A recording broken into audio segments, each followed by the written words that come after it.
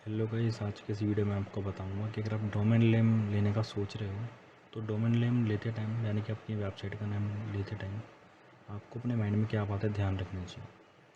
आप अपना domain name brand के नेम से ले सकते हो। For example www.nike.com, www.puma.com etcetera. बहुत सारे ब्रांड होते हैं, कपड़ों का ब्रांड हो या फिर शूज़ का हो,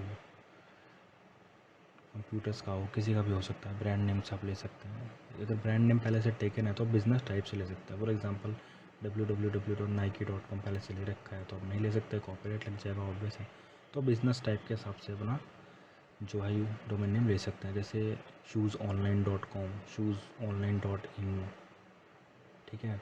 और कीवर्ड्स के ज़रिए भी आप अपना डोमेन नेम ले सकते हैं। अगर आप business type of brand name से नहीं ले सकते, जैसे shoesindelhi.com, shoosinmumbai.com, shoppinginindia.com, shoppinginindia.co.in। और जो कॉपीराइट्स नेम होते हैं उन्हें अवॉइड करें, जैसे नाइकी, पूमा, रजिस्टर्ड ट्रेडमार्क होते हैं, पहले से रजिस्टर्ड नेम होते हैं, इनसे आप कोशिश करें कि ना बनाएं।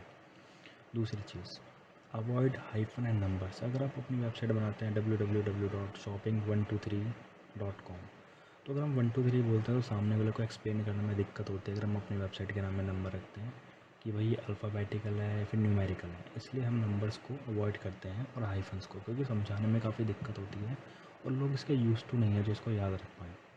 तीसरी चीज़, आप जब भी डोमेन नेम यूज़ कर रहे हो तो आप एक्सटेंशन अपने नीड के हिसाब से चूज़ करें। वैसे .com बेटर है, क्योंकि सारे के सारे लोग आजकल यूज़ टू है .com के, क्योंकि जो भी वेबसाइट है .com की बेसिकली ज़्यादा सर्च की जाती है। बाकी आप .in ले सकते हैं, .com, .edu, .net, .co.in। इस तरह से आप ये कुछ चीज़ें जो आपको अपना डोमेन नेम लेने में मदद करेगी। Thank you for watching.